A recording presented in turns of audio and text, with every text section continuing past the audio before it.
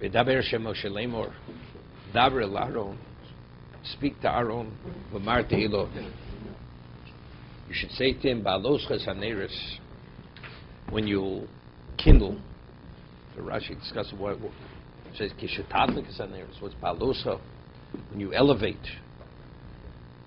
the lights, El Mulpnei Amnora Yirushim Saneros. Towards now, the menorah is only the center. The branches which branch off, they're called Knei menorah. It's only the center. It's not a branch. The center of the menorah, the base with what goes up vertically in the center, that is the menorah. The others are called Knei menorah. So, I mean, all the lights of the menorah have to burn. The wicks are turned towards the center. We'll see Rashi in a moment why. Baloscho, Loma Nischa Parshas Menorah, Parshas HaNisiim. Torah juxtaposes the portion of the kindled menorah to the portion of the Nisiim.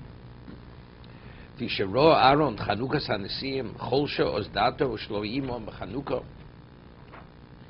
When Aaron saw the inauguration of the Nisiim, the participation to inaugurate the Mishkan, Cholsha Ozdato. At that moment, he was Cholsha Dato. It's interesting.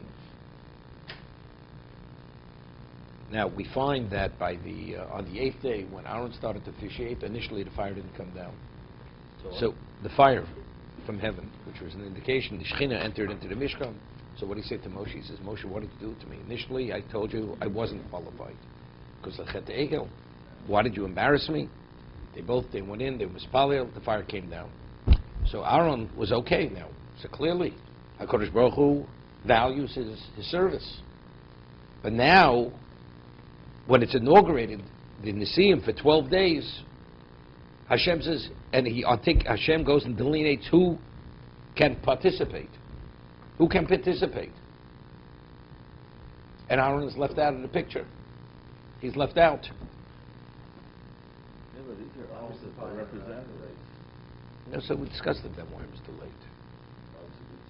It wasn't. Then he wasn't. No, he's being separate. No, because we said they were Bikshu Rachmin. Based on Midas Adin, nothing goes. Bikshu Rachmin, like you find Yosef when they received the bracha for his children. He had to go, it says he wanted his mispalel. Only then did the Shekhinah come back to his father. Originally, Yaakov, he had let this lapse, because he had seen that there were Rishon coming from the children of Ephraim and Menashe, and therefore the Shekhinah departed from him. It says Yosef went prostrated himself, Bikish Rachmim. So based on Midas Adin, nothing goes. Nothing's perfect. But if it's not perfect, Midas Adin says, then it doesn't happen.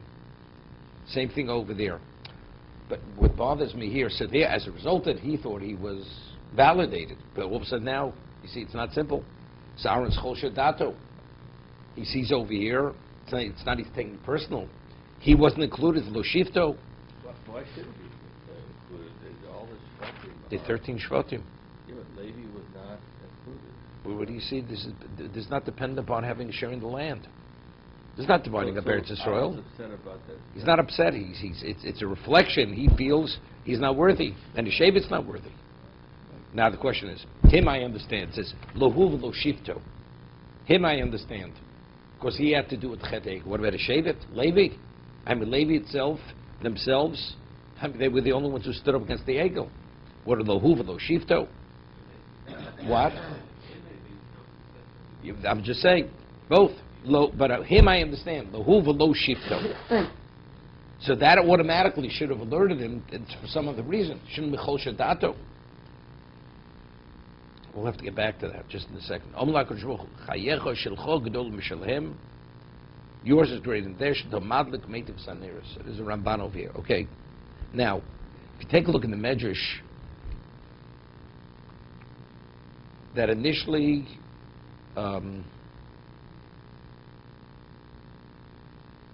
points this out? The Rechaim HaKadosh. Initially, on the first day of the inauguration, it says all 12 Nisim came, and this was initiated by the son of Betzur. Right? Who was the first one to bring the gift? Nachshon ben Aminadab, the tribe of Yehuda. Reuven had nothing to say. because Yudah is kingship. But then when all of a sudden Yisachar, Reuven said, I've had enough. That Judah went before me, I had no choice to keep quiet. But now, Nisanel, Yisachar should come before me. So Moshe says, it was Api Hashem, Medrash says, but not only that, he's the one who initiated it. Who initially made the suggestion that they should donate the gifts? It was his suggestion. Nisanel ben Suel, from Shevet Yisachar. So because he's the one, therefore he comes second. Yudah has to come first. He's the melech. He's the king. So that silenced Reuven. Yisachar came. Okay, then comes his woman. But it comes out like so. All the Sim came. So the Orachaim, if you take a look in the pasuk, because it says Zos Chanukas HaMizbeach. It's superfluous. Really, they all wanted to bring on the first day. Hashem says, but we're going to spread it over 12 days. But I value it as if it was born on the same day. That's what it says. Zos Chanukas HaMizbeach. It's like the first day. Although it's being spread over 12, it's like the first day.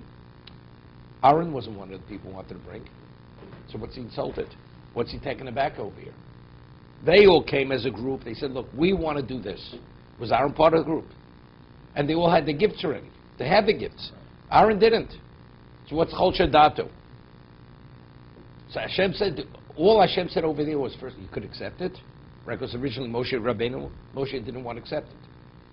He accepted it, and then Hashem gave the order. Right?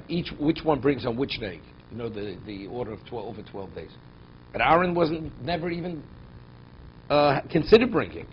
So what's Chol Shadato? Lahu v'lo shifto. On that day, Levi wasn't one of the. He wasn't number 13. Didn't come on that day. 12 came on that day, who wanted to bring the gifts and the korban, so on and so forth.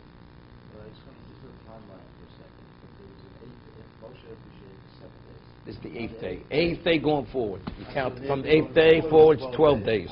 12 days you have. It says they all came. I don't know how it worked, but Hashem's not part of the picture.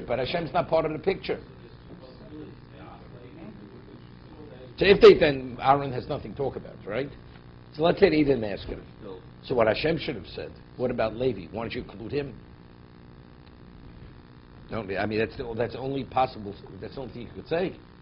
Factually, they didn't ask Levi. But if Levi had any standing, Hashem should have said, bring Levi into the picture.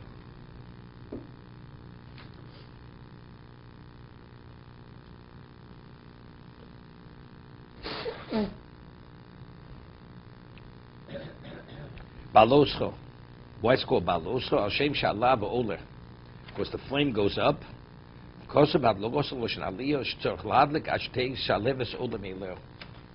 Right? Normally when you light something, you put the match to it, and then it ignites. No.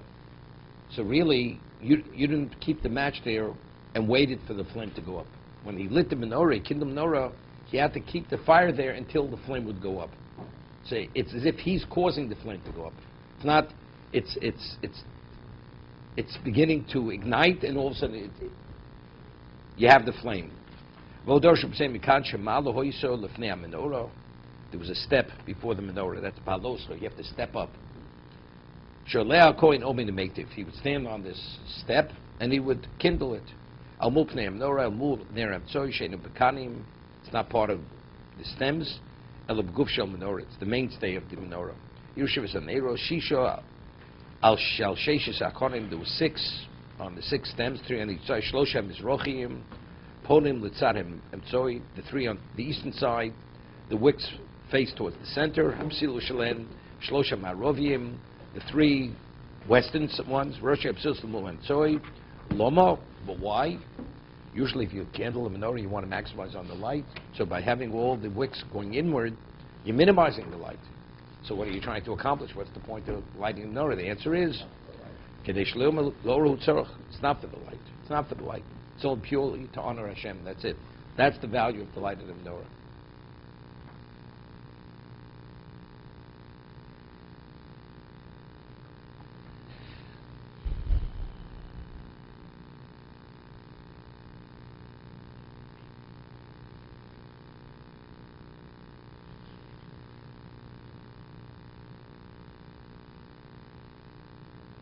Okay. Aaron has to do this every day, that's the menorah, correct? Yeah, Aaron. Yeah, correct. Right, so I heard that. I heard one before saying that the advantage that Aaron has is that he gets to do it consistently every day, like the menorah, whereas Korbanos, to see him only brought once, is like, that's just like a show. It's like a one-time type of event. But Aaron has that exclusive to bring it every single day. Yes, but that's difficult. That's the Ramban's question. Aaron could bring the only ones qualified to bring a korban's Aaron, right? I mean, it seemed they couldn't bring korbanos. So, I mean, what's he upset about? Why are we speaking about the menorah? What about the regular communal offerings, private offerings, right? Oh, Cohen's the only one who's qualified. Yours is great. You'll handle the menorah. What about you bringing? You're the one who enters into the holy of holies in Yom Kippur. That's only the Kohen Gadol could, right? So his tribe is regular, or whatever it is. So why specifically in the menorah? Yours is greater than theirs. You will light the menorah. So Ramban says something. He says it's referring to Hanukkah. This mitzvah will be commemorated even after Churban Abayis. That Klal Yisrael will commemorate the story of the Chashmonoim. That's what Ramban explains. That's Shel Gedolah. Once the Beis Hamikdash is destroyed, there's no remnant, or there's no memory of what the Beis Hamikdash, but there will be a memory. What's going to be memorialized? The menorah, through the Yom Tov of Hanukkah. He doesn't go that way. No, but I understand. I mean, once he's saying that, so we always say it's Torah Sheba'al Peh. So Torah Sheba'al Peh is the ultimate, right? But I'm saying what the Ramban says. The Ramban says it's alluding to Hanukkah. That's Shel Chol Gadol Shelahem. Let's do Maral a little bit.